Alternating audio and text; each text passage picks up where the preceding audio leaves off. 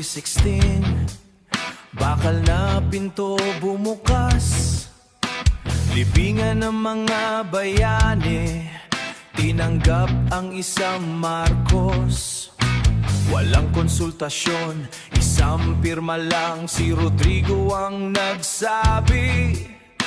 Bayani rin naman. Binalik ang dangal, binura ang sumpa. Sabi ng karamihan, utang na loob yan sa kanya.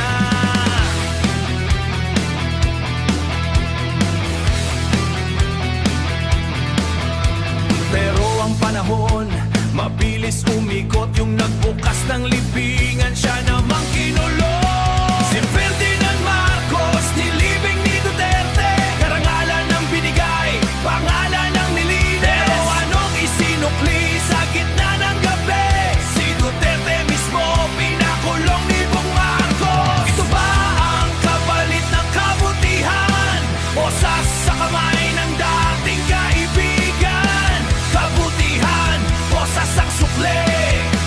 Kabutihan o sasang sukli?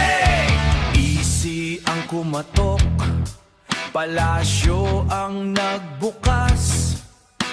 Walang no-touch policy, walang paalam.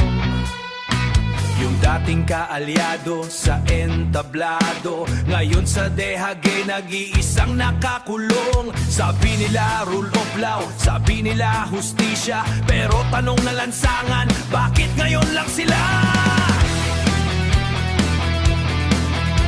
Kapag kalaban, batas ay matalas. Kapag kaibigan, bulag at pipi ang batas. Si Ferdinand Marcos, nilibing ni Duterte, isang pabor na binayaran ng buong bayan. Pero anong isinukli sa harap ng kamera?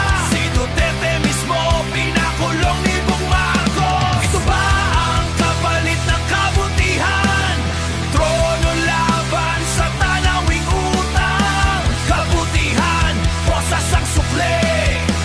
Kabutihan o sasang sukli? Isang libing para sa ama, isang kulungan para sa kaibigan. Sa politika, wala palang libre, lahat may presyo, lahat may sukli.